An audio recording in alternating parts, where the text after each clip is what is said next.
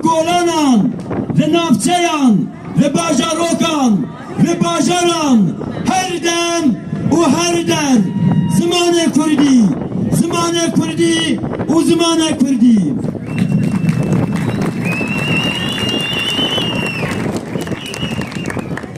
Em, Bangu Gazi, lehemu hevşeradan ikhwan, parlamenterin ikhwan, hemu partiyen dünya siyasi dikin.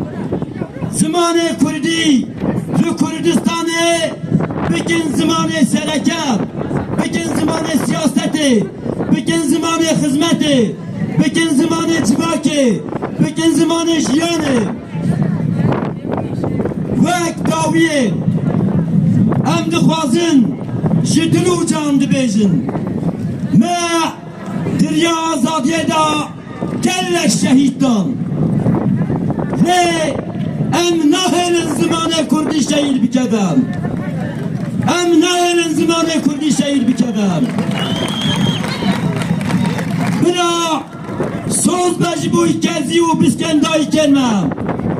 Bira soz be ji bo navserên çiyayan. Bira soz be ji bo pelên deryayan. Bira soz be ji bo dilê zarokan. Em ê têkuşîna zimanê Kurdî li herî derê bilind bikin.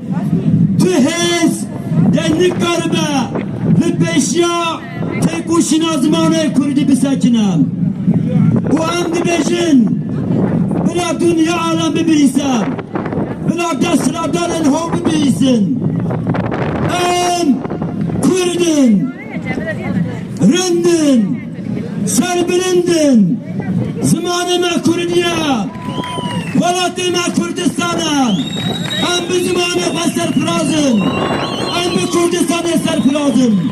Her bijî zimanê Kurdî, her bijî zimanê Kurdî, her bijî zimanê Kurdî.